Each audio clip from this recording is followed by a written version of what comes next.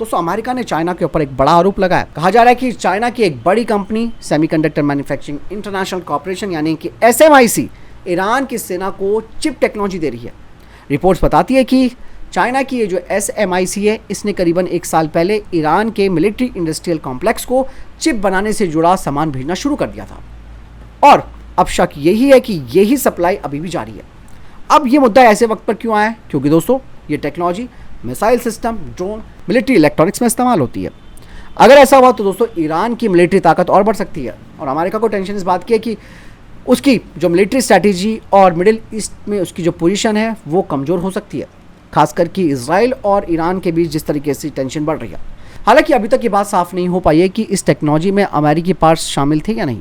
अगर शामिल हुए हैं तो ये अमेरिका के सैंक्शंस का उल्लंघन हो सकता है। अब चीन यहाँ पर क्या कह रहा है दोस्तों वो भी जान लो। चाइना ने सीधे तौर पर इस पर कुछ नहीं कहा। चीन के विदेश मंत्रालय के प्रवक्ता ने कहा कि हमें इस मामले की कोई जानकारी नहीं है। साथ ही उन्होंने इशारा किया कि कुछ खबरें गलत भी हो सकती हैं। यानी कि दोस्तों आप ये देखिए कि चाइना इस पूरे मामले को अपने आप को दूर रख रहा है, अपने आप को न्यूट्रल रखने की बात कर रहा है और वो शांति वार्ता की यहाँ पर बात कर रहा है। लेकिन अमेरिका के आरोप ग्लोबल पॉलिटिक्स में नया टेंशन क्रिएट कर सकते हैं और अगर ये आरोप सही साबित हुए तो ये सिर्फ टेक्नोलॉजी का मामला नहीं होगा बल्कि एक बड़ा जियोपॉलिटिकल गेम बन सकता है।